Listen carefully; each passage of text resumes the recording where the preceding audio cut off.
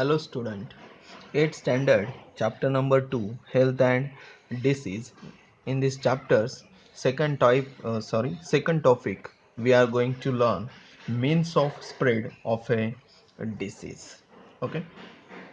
So here is onto the screen we are seeing that one diagram. Okay, and in this diagram infection or infectious disease can be spread easily through the air. It's a diagrammatical representation they can be showing us. Okay, see. Okay, so generally diseases are spread through air, contaminated air, water, and food, and by vectors like insects and other animals. Okay, and infectious diseases can be also spread through the sexual contact. So, diseases that are transmitted through the air easily or through air, infectious diseases are spread easily.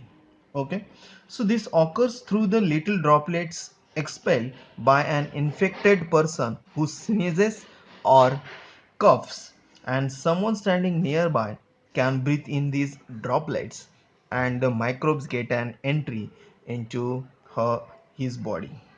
Okay, ज्यावेळेस हा आजारी व्यक्ती जी आहे किंवा infected person किंवा बाधित व्यक्ती ज्याला आपण म्हणू, अशी बाधित व्यक्तीच्या खुंकण्यातून आणि शिंकण्यातून ड्रॉपलेट्स बाहेर पडतात, म्हणजे थुंकीचे थेंब म्हणू किंवा थुंकीचे कण हे बाहेर पडत असतात. Okay, see here, suppose this is an infected person and this infected person sneezes or a cough. So that time in this area, this is the area, in this area small droplets are vaporized into fine mist. Mist means thunkiche thing. Okay, and this mist is remains in the air for a several minutes to few hours. काही मिनिटांपासून ते काही तासांपर्यंत हे थुंकीचे थेंब हे हवेमध्ये राहू शकतात. Okay, and the large droplets via the coughing and sneezing are settle down onto the ground. Okay, see here, large droplets settle on ground within a few seconds. जे मोठे थेंब असतात ते लगेच ग्राउंडवरती खाली पडतात, पण जे छोटे छोटे ड्रॉपलेट्स असतात ते मात्र या ठिकाणी काही विशिष्ट अंतरापर्यंतची ती बाधित व्यक्तीच्या समोरील जी जागा आहे तिथं काही कालावधीपर्यंत, काही मिनिटांपर्यंत, काही तासांपर्यंत ते कण काय राहतात तसेच राहत असतात. And if a healthy person come in contact with this mist, okay, ज्यावेळेस निरोगी व्यक्ती या अशा कणांच्या संपर्कामध्ये येत असते तर त्यावेळेस हे सूक्ष्मजीव त्या निरोगी व्यक्तीच्या शरीरामध्ये प्रवेश करतात आणि त्या निरोगी व्यक्तीला सुद्धा बाधित करत असतात, म्हणजे त्या व्यक्तीला सुद्धा या रोगाची किंवा या आजाराची काय होत असते, लागण होत असते. अशा पद्धतीने इन्फेक्टियस डिसीज हे हवेमार्फत इझिली सहजरित्या पसरत असतात. ओके, मग which are the disease are spread easily through the air? Tuberculosis, pneumonia, swine flu, okay, and earlier corona. Okay, so that kind of diseases are spread easily through the air. Okay, so here is infectious disease. So earlier I am telling you disease spreads through contaminated air, water, food, and vectors. Okay, vectors means insects and other animals, okay, which carries the microbes, they are called as the vectors. Okay, so that kind of disease are called as the infected. Disease spreads through contaminated air, water, food, or vector are called as infectious disease. Okay, so in this chart they in our textbook gives us name of the some diseases. Okay, and from which pathogen means rogjantu, from which pathogen these diseases can be spread, then what is the mode of infection, त्या रोगाची लागण कशा पद्धतीने होते, the what is the symptoms, त्यांची लक्षणं काय, and which are the prevention and treatment, प्रतिबंधात्मक उपाय आणि उपचार आपण त्याच्या काय घेऊ शकतो. This can be given in this chart. Okay, so first is the tuberculosis. Okay, so this tuberculosis disease is spread through the mycobacterium tuberculin. Okay, it is the pathogen. Okay, and what is the mode of infection? See, spitting by patient, जो रुग्ण असतो त्या रुग्णाच्या थुंकीमधून हा आजार पसरतो. Through air, हवेतून. मग हवेतून म्हणजे आताच आपण शिकलो, खोंकण्यातून आणि शिंकण्यातून सूक्ष्मजीव बाहेर पडतात. Then prolong contact with and sharing of materials of a patient. जर आपण पेशंटच्या खूप जास्त दिवस काल त्यांच्या संपर्कामध्ये असेल आणि अशा व्यक्तीचे जे साहित्य आपण वापरलं असेल तर त्यावेळेस अशा आजाराची लागण ही होत असते. Then which are the symptoms of this tuberculosis disease? Chronic cough, chronic जास्त दिवस खोकला बळावतो, बऱ्याच दिवसापर्यंत बळावलेला खोकला. देन ब्लडी स्पिटिंग, खोंकण्यातून आणि थुंकण्यातून काय होत असतं, रक्त बाहेर पडत असतं. Then emaciation, difficult breathing. Okay, श्वास घ्यायला त्रास हा होत असतो किंवा श्वसन करायला त्रास होत असतो. So which are the preventive measures of this, which are the preventive disease of preventive measure of this disease? So BCG vaccine, isolation of the patient. BCG vaccination आपण घेऊ शकतो किंवा आयसोलेशन ऑफ पेशंट म्हणजे अशा पेशंटने विलगीकरणामध्ये राहणे, इतर लोकांपासून वेगळं राहणे, थोड्या दिवसांपर्यंत आजार बरा होईपर्यंत वेगळं राहणे. त्यांच्या खाण्याचे साहित्य, भांडे, पाणी पिण्याचे भांडे असतील, पांघरण्याचे कपडे असतील, घालण्याचे कपडे असतील, त्याच्यानंतर रात्री झोपताना पांघरण्याचे कपडे असतील, अंग पुसण्याचं टॉवेल असेल, या सगळ्या गोष्टी कशा ठेवल्या पाहिजे, वेगळ्या पाहिल्या पाहिजे. आयसोलेशन ऑफ पेशंट ही गोष्ट आता बऱ्याचदा आपण ही कन्सेप्ट कोरोनाच्या डिसीजच्या काळामध्ये आपण ऐकत आहोत. देन रेग्युलर मेडिकेशन लाईक डॉटच्या ज्या टॅबलेट्स आहेत, गोळ्या आहेत, त्या सरकारी इस्पितळांमध्ये किंवा सरकारी जे हॉस्पिटल्स असतात तिथं फ्री ऑफ कॉस्टमध्ये ट्युबरक्युलोसिस म्हणजेच TBच्या पेशंटला या दिल्या जात असतात. ट्युबरक्युलोसिसचा शॉर्ट फॉर्म TB हा आहे. ओके, सो डॉटच्या गोळ्या ह्या दिल्या जात असतात. What is the long form of the BCG or abbreviative form? So bacillus Calmette Guerin, it is the abbreviative form of BCG vaccine. Then second infectious disease is the hepatitis, which is also called as the jaundice, ज्याला आपण मराठीमध्ये कावीळ असं म्हणत असतो. ट्युबरक्युलोसिसला सांगायचं राहिलं क्षयरोग असे म्हणतात.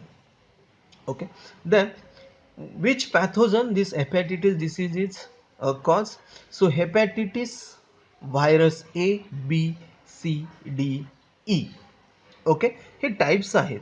एकदा ABCD या हेपॅटिटिस व्हायरसने या ठिकाणी या हेपॅटिटिसची लागण ही होत असते.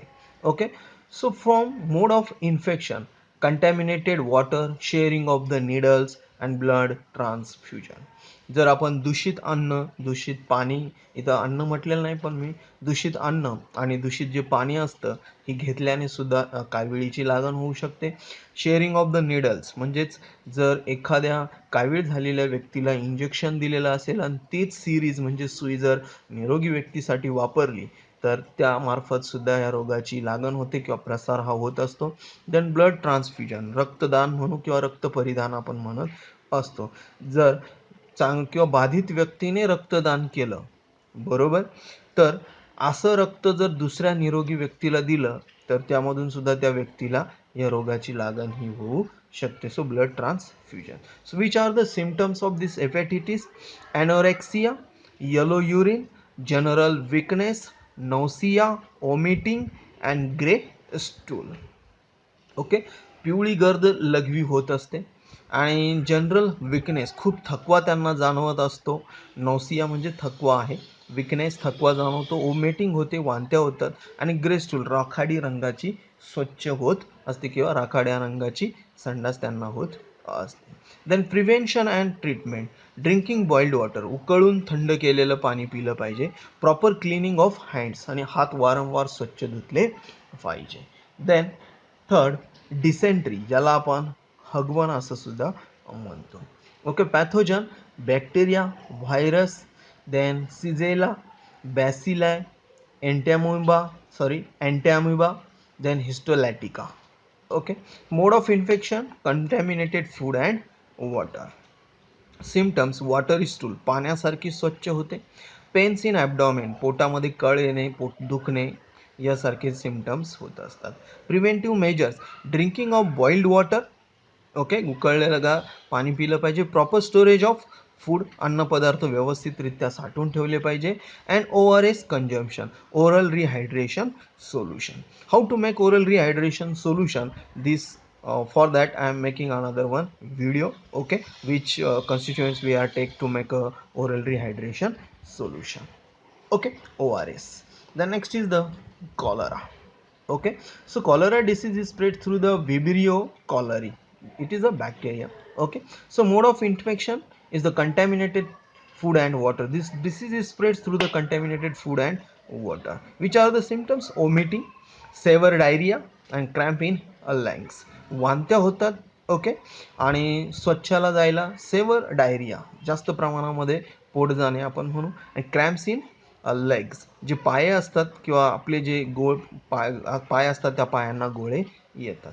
Okay, so prevention and treatment following the hygienic practices. आरोग्यविषयक चांगल्या सवयी बाळगल्या पाहिजे. Avoiding the open place food उघड्यावरील अन्न खाणं टाळलं पाहिजे. ड्रिंकिंग बॉइल्ड वॉटर्स नेहमी उकळवलेलं पाणी पिलं पाहिजे. आणि वॅक्सिनेशन अगेन्स्ट द कॉलरा त्याचे कॉलराची वॅक्सिन आपण घेतली पाहिजे. Then typhoid. Okay, so salmonella typhi bacterium. Salmonella typhi bacterium, this is the pathogen through which typhoid disease can be caused. So mode of infection is the contaminated food and water. Okay, so which are the symptoms of this disease? Anorexia, headache, rash on abdomen, पोटावरती पुरळ येतात. Then dysentery and fever up to 104 degree Fahrenheit, 104 degree Fahrenheit पर्यंत ताप येऊ शकतो. Then prevention and treatment, drinking clean water, then vaccination and proper disposal of sewage. Okay, so these are the name of disease, pathogens, mode of infection and symptoms, and prevention and their treatment of some infectious disease. Okay, so from next video we can give information about the different important infectious disease are nowadays spread very easily. Okay, so this is this information we are take from into the next video.